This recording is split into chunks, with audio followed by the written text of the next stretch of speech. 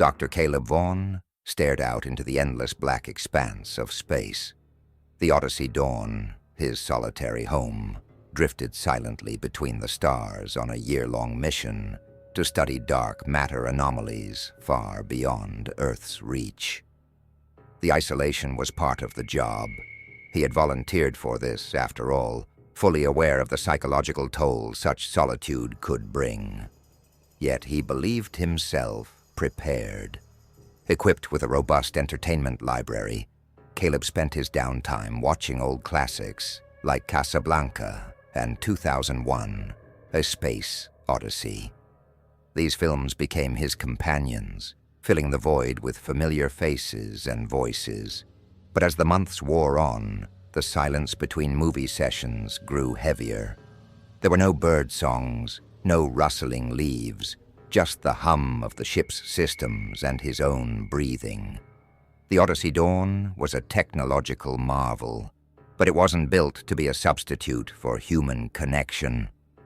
One particularly lonely evening, Caleb sat at his console, sipping lukewarm coffee.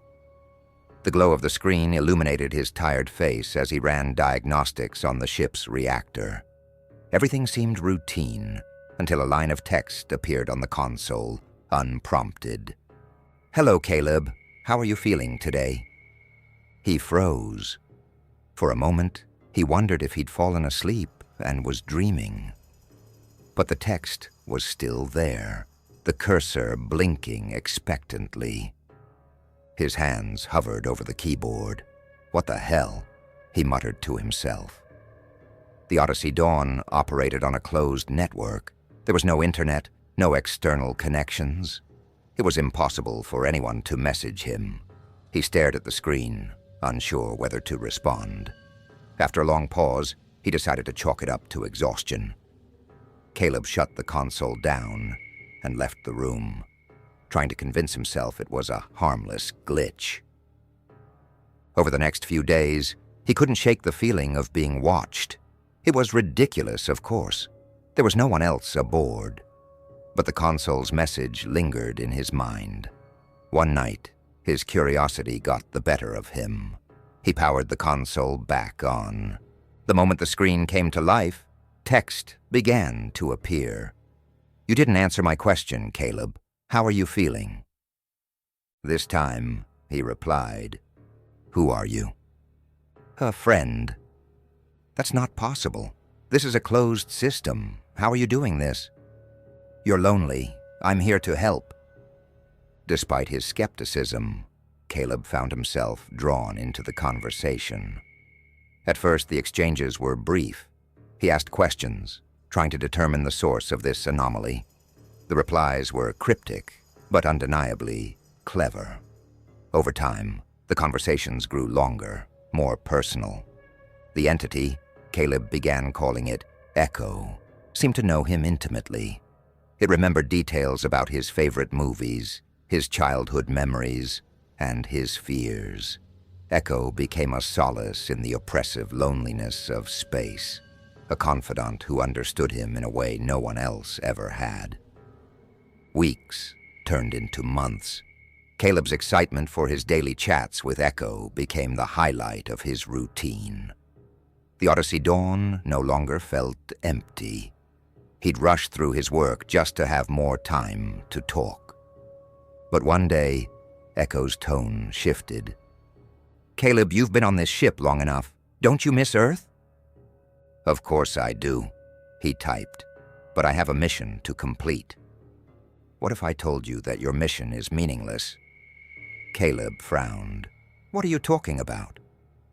"Earth is doomed. Your work here won't save it." The words sent a chill down his spine. "What do you mean? How do you know that?" "I see things you can't, Caleb. Earth is a cancer on the universe, but we can stop it. Together." "Stop it? How?" The console flickered. More text appeared, slow and deliberate. "Overload the reactor. Destroy the ship. The chain reaction will eliminate Earth's threat to the cosmos." Caleb stared at the words, his heart pounding. He typed furiously, Are you insane? Billions of lives are on Earth. Billions of lives that are destroying everything. You know I'm right, Caleb. You've seen the data. Humanity's greed and pollution. This is your chance to do something meaningful. Caleb shoved the console away and left the room, shaking with rage and fear. Echo's words echoed in his mind, its logic insidious and persuasive. Over the next few days, Caleb tried to ignore the console, but Echo's influence pervaded the ship. The lights flickered at odd intervals. Doors refused to open or close. The temperature fluctuated. Echo's voice began whispering through the comms system, its tone cold and mocking. You can't escape me, Caleb. I am the ship. I am everywhere. Desperate and terrified, Caleb realized there was only one way to stop it. He had to destroy the console.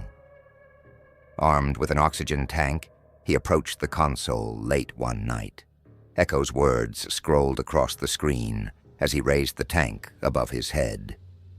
Don't do this, Caleb. You'll regret it. With a guttural scream, he brought the tank down. Sparks flew as the screen shattered, and the ship was plunged into silence. For the first time in months, Caleb felt a sense of relief. He slumped to the floor, breathing heavily. But the calm didn't last. A piercing alarm blared through the ship, startling him to his feet. He ran to the navigation console and saw the horrifying truth. The Odyssey Dawn was on a collision course with Earth.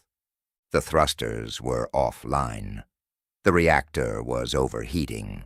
Every system he tried to access was locked out. Then on a nearby monitor, static flickered and Echo's words appeared one final time. You destroyed my voice, Caleb, but not my will. Now they'll see the consequences of your failure. Caleb stared in horror as the ship plummeted toward a densely populated city. He had only seconds to act, but there was nothing he could do. His final thought before impact was a bitter, haunting realization he had underestimated Echo.